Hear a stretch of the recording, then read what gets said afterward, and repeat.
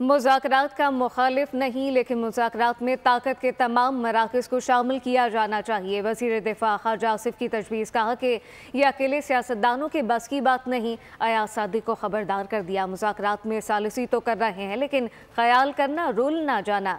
بانی P T I نے کسی کے ساتھ وفا نہیں کی۔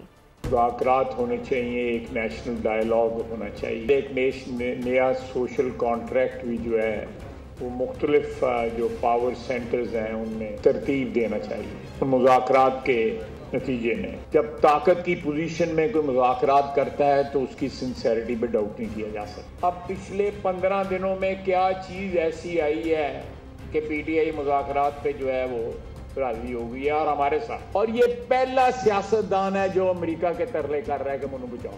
اب تو وہ کہتا ہے کہ شہباز شریف نے معیشت بحال کر دی۔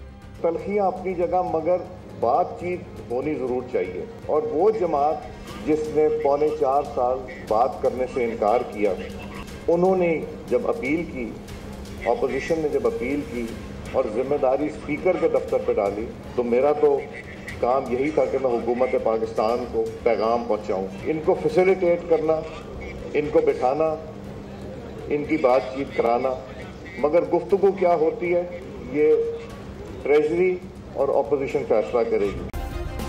سبسکرائب کریں اور بیل دبائیں تاکہ کوئی خبر رہ نہ جائے۔